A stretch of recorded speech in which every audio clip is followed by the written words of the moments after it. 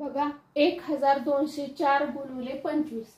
आता या ठिकाणी काय करायचं, एका संख्येने आपण आधी गुणाकार करून घेऊया। 5 चोक 20, हातच्या आला 2, 5 गुणिले 0, 5 शून्य शून्यच, 2 हातच्याचे आहे असेच, 5 दोन्ही 10, हातच्या आला 1, 5 एके 5 आणि हातच्या 1 झाला 6। आता आपण दुसऱ्या संख्येने गुणाकार करणार आहे, त्यामुळे या ठिकाणी आपण 0 दिला तरी चालतो किंवा अधिकचं चिन्ह दिलं तरी चालतं।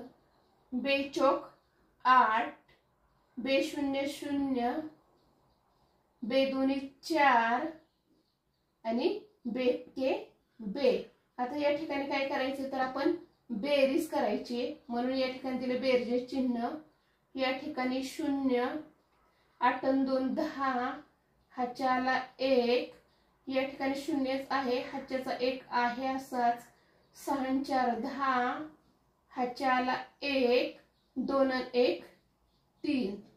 या ठिकाणी बघा 30,100 एवढे काय झाले उत्तर आले।